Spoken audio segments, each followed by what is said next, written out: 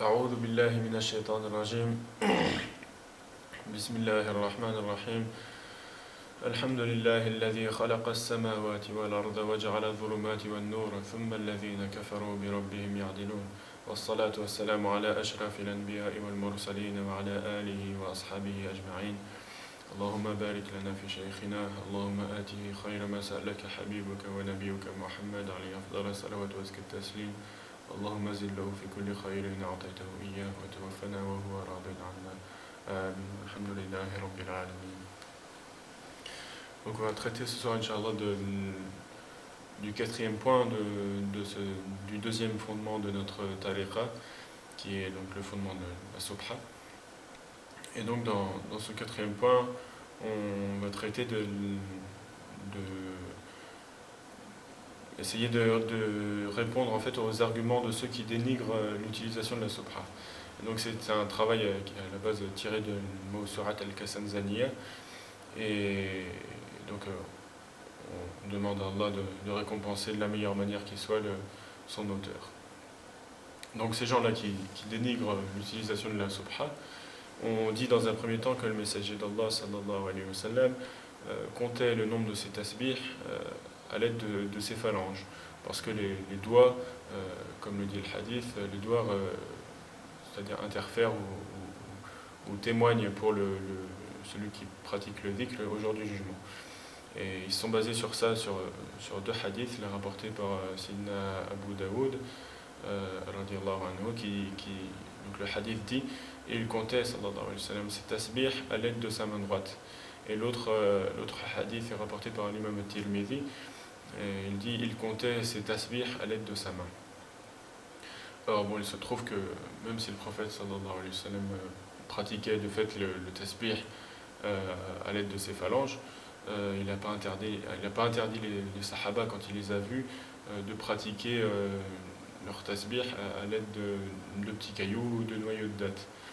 Et par ailleurs, même si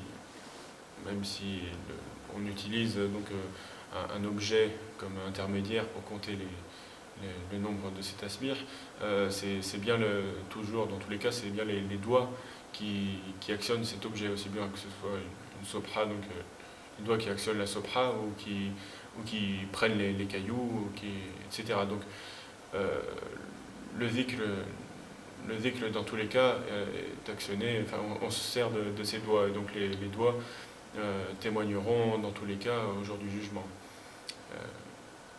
Voilà, donc l'utilisation de la subha ou autre n'empêche en rien aux doigts de témoigner pour celui qui fait des dhikr au jour du jugement.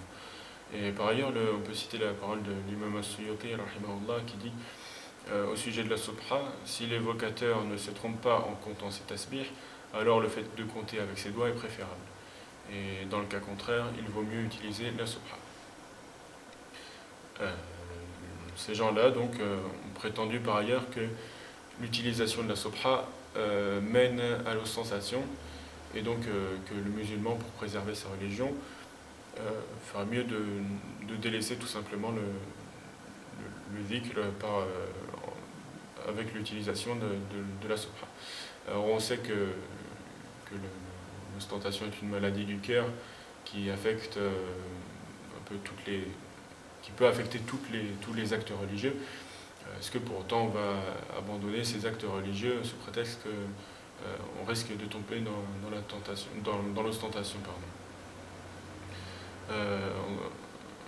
Troisième point, ils ont dit qu'il s'agissait donc de l'utilisation de la subha, c'est une innovation, que le messager d'Allah sallallahu alayhi wa sallam ne l'a jamais fait, que les sahaba ne l'ont jamais fait, que c'est un égarement et que tout égarement mène à l'enfer. Alors pour répondre à ça, on peut citer un hadith très connu dans lequel le prophète sallallahu alayhi wa sallam dit en ce sens: quiconque établira l'accomplissement d'une bonne action en recevra sa récompense, ainsi que la récompense de ceux qui la pratiquent après lui, jusqu'au jour du jugement. Et c'est la raison pour laquelle donc les savants ont établi qu'il n'était pas correct de statuer généralement que toute innovation est un égarement. Et au contraire, ils ont classifié les innovations en 4 catégories, qui sont donc wajib, mandoub, haram et mubah. Donc les premières, les innovations wajib, c'est-à-dire obligatoires, comme par exemple l'établissement de règles à la langue arabe et son enseignement. Des innovations ensuite classées comme mandoub, c'est-à-dire conseillées, comme par exemple la construction d'écoles. Ensuite des innovations interdites, haram, comme par exemple le fait de réciter le Coran d'une manière différente de celle avec laquelle il a été révélé. Et enfin des innovations permises, mubah, comme le fait de manger par exemple sur une table. Et enfin, en quatrième point, ils ont dit que le fait de faire un nombre de tasbih déterminé était une innovation. Donc que dire du fait de faire un nombre de tasbih déterminé, en plus utiliser une subha. Alors il suffira pour répondre à cela de les renvoyer en fait, directement aux hadiths et aux athars qui ont été rapportés dans les vidéos précédentes et autres hadiths certainement qui, qui disent très clairement que certains sahaba avaient un wird journalier, comme par exemple Sayyiduna Abu Huraira radiallahu anhu, qui pratiquait 12 000 tasbih par jour, ou bien Sayyidina Khalid ibn Ma'dan, qui quant à lui en faisait 40 000, ou Sayyidina Abu Darda, qui en faisait 100 000 lui par jour, radiallahu anhu. On peut citer également quelques tabi'in, qui est le cas de tabi'in qui faisait 300 rak'at par jour, ou bien 600, ou bien même jusqu'à 1000 rak'at par jour. Et donc voilà, c'est ces 4 points-là qui sont cités dans la Mawsu'at al-Kasanzaniya. Et voilà, ça me paraît, j'espère que c'est clair.